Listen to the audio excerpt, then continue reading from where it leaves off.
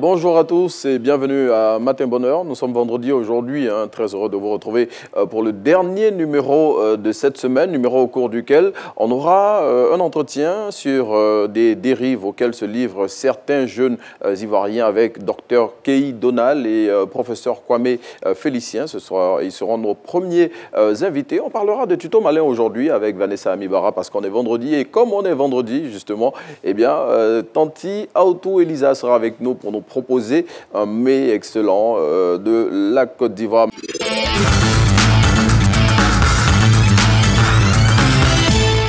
On reçoit un père à présent, il va venir. Voilà, c'est le professeur Félicien Kwame avec lequel on s'entretiendra. Bonjour, mon cher, et merci d'être en notre compagnie. On va s'asseoir. Le professeur Félicien Kwame, qui est psychologue et avec lequel aujourd'hui on va s'intéresser à un sujet relatif aux pratiques occultes qui sont l'apanage de certaines franges de la population ivoirienne, notamment des jeunes, justement, et de leurs conséquences sur ces jeunes gens. Rebonjour. Bonjour. Professeur, merci d'être en notre compagnie. Merci. Je suis content de tirer de votre liste matin. Franchement. Bonne arrivée. Merci beaucoup. Et encore merci d'être en notre compagnie, professeur. Oui. Le sujet qu'on propose aujourd'hui à nos téléspectateurs de traiter avec vous, eh bien, il est relatif à certaines pratiques occultes qui sont l'apanage de certains jeunes gens en Côte d'Ivoire, ici, généralement, d'une frange de cette population jeune-là qu'on appelle, en griffe, les brouteurs, donc les cybercriminels, pour les nommer. C'est quoi cette pratique justement, qui aujourd'hui est en train de faire des ravages dans la société ivoirienne, professeur? Alors, merci bien, Arnaud. En réalité, ces pratiques consistent à une sorte de rituel que les auteurs font pour, comme ils le disent, accroître leurs chances par rapport à une activité quelconque qu'ils sont en train de mener. Et donc, c'est vrai qu'aujourd'hui, on parle d'un aspect spécifique en ce qui concerne les jeunes, mais ce n'est pas exclusivement réservé aux jeunes, les pratiques occultes. Oui.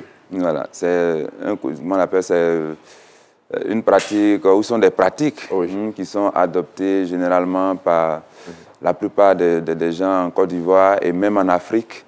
Voilà, et donc ça ne date pas d'aujourd'hui. Oui, en disant, pour vous, suivre dans ce que vous venez de dire, cette pratique qui est vieille, comme le monde. À l'époque, on parlait des Gbas, en Côte d'Ivoire ici, des Gbagbadji, des Gbé et tout ça. Donc, justement, que c'est une pratique qui est vieille. Mais, professeur, pour la ramener à notre temps, au contemporain, pourquoi, selon vous, vous l'avez dit, c'est pour accroître leur chance et tout ça, mais est-ce que cette pratique n'est pas l'effet de la déliquescence même de la société ivoirienne? Alors, oui, on pourrait effectivement faire le lien avec la déliquescence de la société ivoirienne, ce d'autant plus que aujourd'hui, de plus en plus, en réalité, nous parlons du bonheur, mais à quoi nous avons résumé le bonheur aujourd'hui? Si ce n'est qu'à la matière, au matériel, à l'argent. Et donc, du coup, la course effrénée à l'argent, en réalité, va ressusciter en quelque sorte ces pratiques-là qui constituent des forces surnaturelles que les gens vont se procurer pour véritablement accroître les opportunités selon les pratiquants de ces... En tout cas, ceux qui s'adonnent à ces pratiques occultes-là. Et donc, bien évidemment, cela a un lien avec ce qui se passe aujourd'hui. Quand on voit une jeunesse aujourd'hui qui est habitée par le gain facile, par la facilité, par tout ce qui relève de... vous voyez là, quand ils parlent dans leur expression, on doit avoir les choses chap-chap. Oui. Donc rapidement, on doit avoir les choses rapidement. Oui. Mais qu'est-ce qui s'obtient rapidement?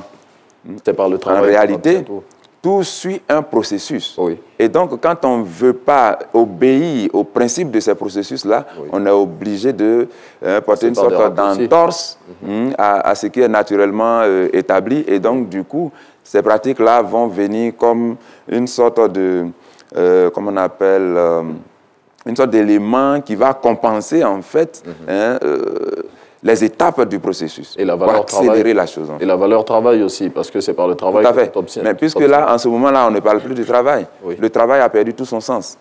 Parce que s'il y a des pratiques que je peux faire, moi, pour avoir facilement de l'argent, qu'est-ce que j'ai encore à aller travailler? Qu'est-ce que j'ai encore à aller travailler? Ça fait qu'aujourd'hui, quand vous parlez de travail, bon, pour la plupart des jeunes, ça ne leur dit rien du tout. Il y a le docteur Kei Donald qui nous a rejoint sur le plateau avec lequel, en compagnie également du professeur Kwame, nous allons continuer à parler de ce sujet qui nous réunit ici ce matin. Le thème, c'est la jeunesse, les dérives et les potentialités des jeunes qu'on peut mettre en avant justement pour s'éloigner de ces pratiques-là qui ne sont pas toujours intéressantes, que certains jeunes Ivoiriens ont adopté. Dr Kei, avec lequel depuis un bon moment, on a l'habitude d'échanger sur certains sujets, va nous permettre de nous replonger dans la définition de ce thème Zamou dont on parlait tantôt avec le professeur Félicien Kwame.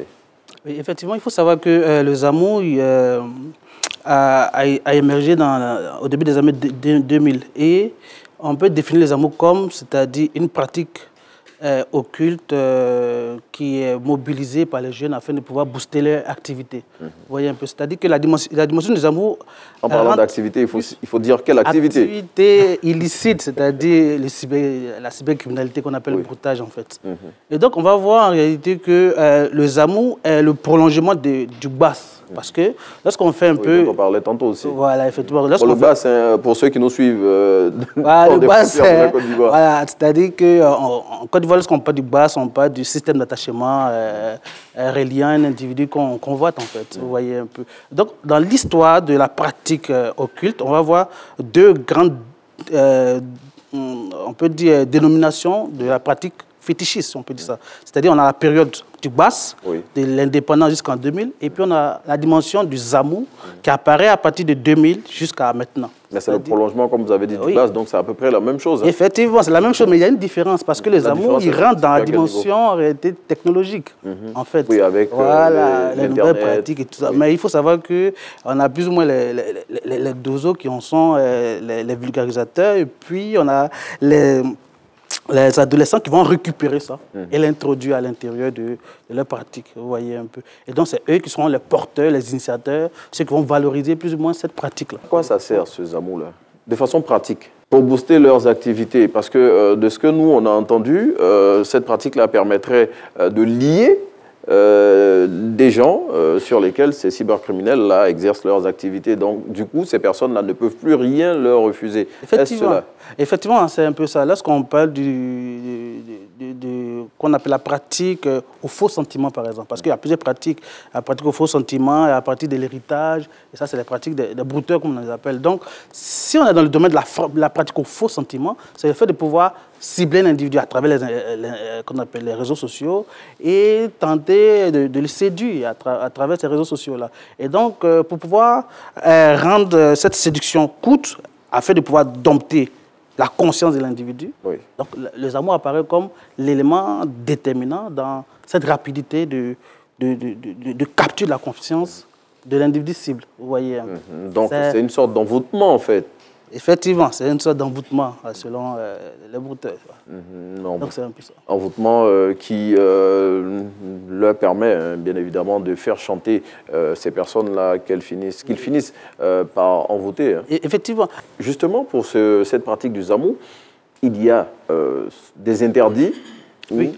Généralement. Et puis, on a assisté à plusieurs reprises à des témoignages où on a parlé de raccourcissement de la vie de ces personnes-là. Est-ce que c'est vrai? Oui. À partir de certains faits, qu'ils soient vérifiés ou pas, on crée une sorte, comment on appelle, d'éléments qui va animer notre inconscient collectif. Et donc, du coup, tout le monde va dire que. Et dans l'instant où tout le monde dit que, nous sommes tous alors sous l'emprise de ce tout le monde dit que. Et donc, du coup, cela va conditionner, effectivement, comme il le dit, nos comportements. Et puis, voilà, ceux qui font ces pratiques-là se disent, dans tous les cas, je sais que je vais mourir bientôt. Et moi, je suis allé à Boaké. Une fois, j'ai échangé avec un jeune qui dit, mais je préfère mourir riche à 25 ans que de mourir pauvre à 75 ans. Ça, ce sont des choses qui sont dites. On entend tout à fait. Et donc, c'est pour voir un peu l'emprise de cet inconscient collectif-là sur non seulement ceux qui pratiquent, mais également ceux qui sont observateurs. Le psychologue, après avoir observé tout cela, qu'est-ce que lui pourrait proposer comme piste? Alors, après avoir observé tout cela, le psychologue dit, attention, observons les choses, parce que dans tous les cas, chacun de nous a un potentiel. Toute personne a un potentiel. Oui. Seulement que, pour beaucoup, on n'arrive pas à découvrir ou alors à activer ce potentiel, à telle enseigne qu'on pense qu'on ne sert à rien et qu'il faut se donner à certaines pratiques occultes dont on vient de parler pour être quelque chose ou être quelqu'un. Alors qu'en réalité, autant que nous sommes, chacun a un potentiel qu'il va falloir chercher à activer. Et c'est justement la raison pour laquelle moi, j'ai mis en place ce que je suis en train de faire là, qui va consister à quoi? À aider, à accompagner les gens à prendre conscience de qui ils sont en réalité. De sorte qu'ils puissent se définir des objectifs clairs eux-mêmes et mettre en place toutes les stratégies qui vont avec pour pouvoir justement atteindre, réaliser le rêve qu'ils veulent. En développant leur potentiel. En développant leur potentiel. Le découvrir d'abord et ensuite le développer. Tout à fait. Merci, professeur Félicien Kwame. Le sociologue de sa position, qu'est-ce qu'il peut dire? Effectivement, je pense que le rebelle, c'est l'école, en fait. C'est l'éducation, en fait. Oui. Vous voyez, parce qu'il faut savoir que ces croyances, ça sont le prolongement de notre tradition. Voilà. Et donc, effectivement, pour pouvoir se couper plus ou moins des pratiques qui ne sont pas vraies, il serait intéressant que nos jeunes soient plus éduqués, en fait, afin de pouvoir se détacher de ces croyances archaïques. Merci, professeur Félicien Kwame, et à vous aussi, docteur Kei Donald. On vous laisse continuer le débat dans vos lieux d'habitation et partout là où vous vous trouvez. On parlait de la jeunesse ivoirienne et des dérives auxquelles elle se livre. Et surtout, on a mis en avant aussi les potentialités de cette jeunesse-là qu'elle peut mettre en avant pour se sortir de toutes ces pratiques qui ne sont pas bien. Ça, il faut le rappeler, les amours, ce n'est pas une pratique à encourager. On voulait juste mettre le doigt là-dessus pour vous dire combien de fois c'est néfaste pour la société et surtout pour la jeunesse. Merci d'être venus, messieurs. Je vous en prie. En tout cas, merci beaucoup à vous. On va retrouver à présent l'invité du jour. C'est Madame Tuto Malin, Vanessa Amibara. Allez, à tout de suite.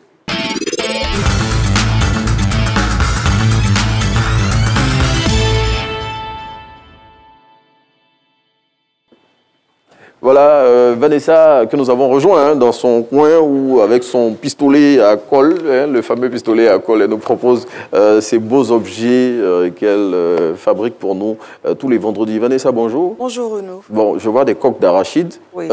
Oui. Bon, franchement, si mon perroquet voyait tout ça, il allait se fâcher. Je vois de manière récurrente ces temps-ci des vendeuses d'arachides un peu partout. Et comme ici, on pousse la réflexion assez loin avec des idées innovantes. Exactement. J'ai pensé à réaliser une petite lanterne, une petite lampe de chevet avec les coques d'arachide. Waouh, c'est malin ça. Franchement, c'est malin, comme le nom l'indique. Hein. Exactement. Vraiment malin. J'ai pensé à ne pas repeindre d'abord pour pouvoir montrer aux téléspectateurs exactement qu'il s'agit bel et bien de coques d'arachide. Et pour ce faire, j'ai utilisé un ballon. Oui, un ballon gonflable. Un ballon que j'ai gonflé à une certaine dimension.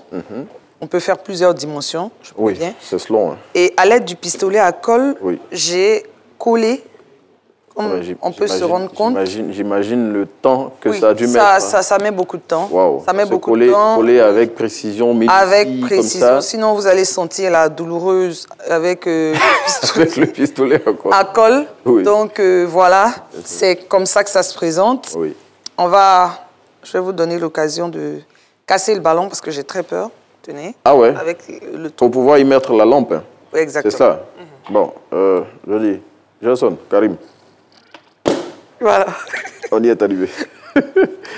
Alors, ok, donc le ballon, c'était juste pour donner la forme. La forme, comme ok, je n'avais pas compris. Je me demandais bien comment on allait mettre cette lampe-là à l'intérieur. À l'aide de notre LED. Donc, on retire les restes du ballon. Normalement, on les laisse à l'intérieur. Pour l'instant, c'est un peu collé. Et comme ça doit se faire délicatement. Non, mais c'est qu'on doit le retirer avec précaution, hein, sinon ça va détacher. Avec précaution, exactement, c'est fait. Et donc, on a notre lampe là, comme ça. comme vous pouvez le voir, qui peut être posé. Oui, c'est très beau. C'est très beau. Au chevet du lit. Très beau, hein, avec la lampe à l'intérieur, j'imagine, dans l'obscurité, l'effet que ça va avoir. On peut changer de couleur. Ah ouais, oui, bon, ce modèle de lampe-là permet de changer les couleurs. Hein. Oui, ce modèle que c'est vert, voilà. C'est très beau. Et ça éclaire très bien. Oui, j'imagine. C'est original. On peut repeindre à souhait ou passer du vernis. C'est vraiment original. Ça a mis combien de temps pour le faire? Là, j'ai pris 4 heures de temps. Non, franchement, 4 heures, je pense même que c'est pas beaucoup. Déjà, même. 4 heures même, pour moi, c'est pas beaucoup. Il faut déjà trier aussi. Il faut que déjà les noix soient enlevées. Oui. Voilà, il faut que ça soit trié parce que c'est différentes tailles. J'ai dit, ça c'est coque d'arachide frais ou bien arachide préparé? C'est frais. On va présenter encore l'élément dans l'autre sens. À la caméra. Hein, dans l'autre sens. Voilà. Cette belle lampe de chevet qu'on obtient à partir des coques d'arachide. Donc à l'intérieur, on pose la lampe et on imagine le bel effet qu'on peut avoir dans une pièce, que ce soit dans la chambre, voilà, dans le séjour, partout où vous voulez, quoi. Voilà, avec la lampe que Vanessa a mise là, qui a plusieurs couleurs. Puis voilà. Vraiment, merci Vanessa. Allez, voilà, nous on continue de progresser dans le déroulé de notre conducteur, le colonel Yeo Marius, directeur des opérations à l'Office national des opérations de secours. À l'Office national de la protection civile est avec nous. Nous sommes en saison des pluies et le mardi dernier, on a tous été témoins des inondations qu'il y a eu dans le district d'Abidjan et particulièrement à Bingerville où il y a eu malheureusement des victimes. Donc le colonel est avec nous bien pour porter le message de la sensibilisation et surtout continuer à vous informer pour que vous sachiez ce qu'il faut faire exactement si vous vous retrouvez malheureusement dans une zone où il y a des inondations. Colonel, bonjour. Bonjour, monsieur. Merci de venir porter le message des autorités ivoiriennes à travers votre présence ici pour nous dire ce qu'il faut faire exactement en cette période sensible où on est malheureusement confronté à des inondations. Okay. C'est moi qui vous remercie au nom du directeur général de l'Office national de la protection civile qui nous permet d'être sur cette antenne pour réitérer le message d'appel à la vigilance et à la prudence en cette période sensible des pluies, qui, nous le rappelons, court toujours, malgré la relative accalmie que nous avons pu observer, que nous observons en ce moment, et qui courra jusqu'au mois d'août minimum. En tout cas, selon les prévisions plutôt de la Société nationale de météorologie, on n'est pas encore sorti de l'auberge et il y a de fortes pluies qui sont annoncées. C'est bien ça. Il s'agit de rappeler à l'ensemble des populations que le dispositif qui est mis en place est national. Il ne couvre pas seulement le district d'Abidjan, mais l'ensemble du territoire national. Et à cet effet, le ministre de l'Intérieur et de la Sécurité a instruit les préfets de mettre en œuvre les comités locaux de lutte pour gérer tous les événements liés aux effets néfastes éventuels des pluies que nous connaissons. Oui, la dernière fois, avec vous, colonel Yeo Marius, on avait parlé des dispositions pratiques à prendre dans les domiciles quand il y a des montées des eaux pour éviter d'être intoxiqué. Bon, parce que l'intoxication aussi qui est possible avec les produits ménagers qu'on a. Est-ce qu'on peut faire un petit rappel pour nos téléspectateurs? Très bien. Certains produits peuvent, au contact de l'eau, créer des réactions qui peuvent être dangereuses pour les habitants de ces domiciles-là. Donc ces produits, c'est de les identifier préalablement, puis de les mettre à l'abri, soit dans des... Mais pour vous, le professionnel, quels sont ces produits? Vous avez parlé d'identifier ces produits. On a parlé de produits chimiques, produits chimiques, et puis les produits, les détergents utilisés pour le nettoyage puis l'entretien. Donc, détergents, eau de javel, produits d'entretien. Produits d'entretien, etc. Oui. Donc, les identifier, les isoler. Donc, en cette période de pluie, vous conseillez d'avoir ces produits-là dans des sacs fermés, sachets plastiques, ou bien dans quoi exactement? Dans des sachets plastiques, dans la mesure du possible. Et puis, les placer un peu en hauteur pour éviter que ils soient en contact avec l'eau. D'autres situations un peu plus délicates. On a parlé des médicaments aussi qu'on utilise. Pour certains, maintenant, comme on ne peut pas savoir lesquels médicaments, donc c'est mieux d'isoler tous les médicaments qui se trouvent dans la maison. C'est bien cela? Voilà, les médicaments, puis surtout pour ceux qui suivent un traitement particulier, s'assurer qu'ils ont au moins une réserve de ces médicaments-là. Voilà, le message principal, c'est vraiment de dire à nos concitoyens de quitter les zones à risque, de les quitter vraiment. Une zone a été identifiée comme une zone à risque, il faut quitter les zones à risque, éviter de revenir, de recoloniser donc ces zones à risque, et puis d'adopter les bons comportements pour l'usage des ouvrages de drainage qui sont prévus. Éviter de les obstruer, éviter voilà, de jeter des déchets solides dans ces ouvrages-là, qui sont mis à rude épreuve avec les pluies que nous connaissons, parce qu'on connaît notamment la thématique du changement climatique, et les prévisions peuvent être en deçà de ce que la nature décide voilà, de servir. Donc vraiment, c'est d'inviter la population à adhérer à ce message-là pour donner le maximum d'efficacité au dispositif qui, je le rappelle, est un dispositif national qui a été mis en place. Et donc, les secours à l'échelon national sont en alerte.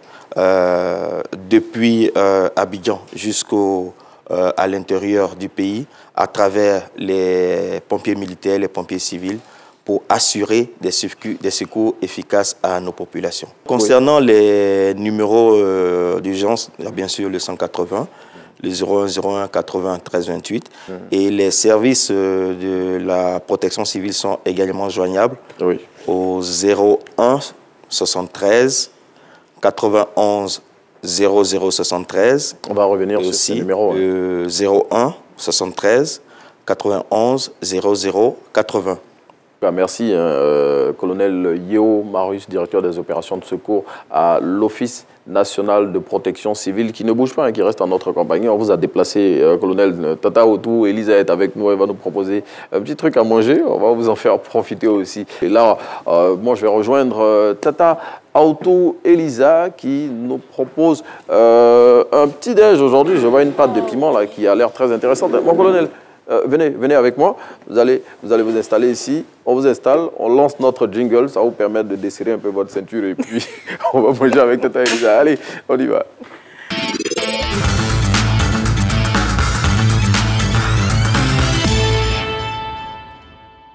Allez, asseyez-vous, mon colonel. On a fini de parler des mesures de prévention. Il me demande si on peut manger sur le plateau. Mais bien sûr, vous pouvez manger sur le plateau. Ne vous inquiétez pas, Tata Elisa. Bonjour. Bonjour. Comment ça va? Tout va bien. Bon, je vois le papier aluminium, je vois la pâte là, de piment avec les assiettes. Qu'est-ce que vous nous proposez aujourd'hui? Aujourd'hui, disons que nous avons déposé nos marmites depuis la zone forestière dans la savane. Alors, nous allons tout simplement proposer avoir à manger ce matin. Oh là là là là là. Je vois Bamba qui n'est plus en place derrière sa caméra. Hein? Haricots. Oui. Nature. Oui. Et nous avons l'oignon qui accompagne, du piment qui accompagne et bien évidemment un peu de poisson pour essayer d'agrémenter les choses. Je veux rassurer Madame Gogo Alice qui accompagne le colonel Yeo Marius. Vous aurez votre part. Merci en tout cas d'être avec nous. Et puis, Tata Elisa, vraiment, le haricot, selon ce que je sais, c'est pas facile pour le préparer. Ça met du temps, c'est bien cela? Non, pas vraiment de temps. Lorsque on les met à tremper pendant quelques temps déjà, il faut les mettre à tremper.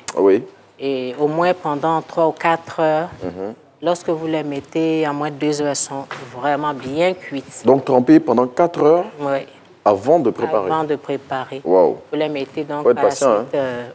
C'est une question de disposition. Vous voulez manger quelque chose, vous prenez les dispositions. Tata Elisa, ça c'est pour les professionnels comme nous qui ne savons pas comment préparer. L'essentiel, c'est que vous mangez la chose. Bon, le colonel Yeo, je ne sais pas si... Bonjour, colonel.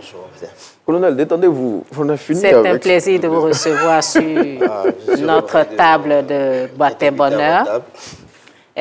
Aujourd'hui, nous allons vous faire découvrir un plat que tout le monde connaît en général. C'est un plat de la savane de chez nous, quoique il y en a ailleurs.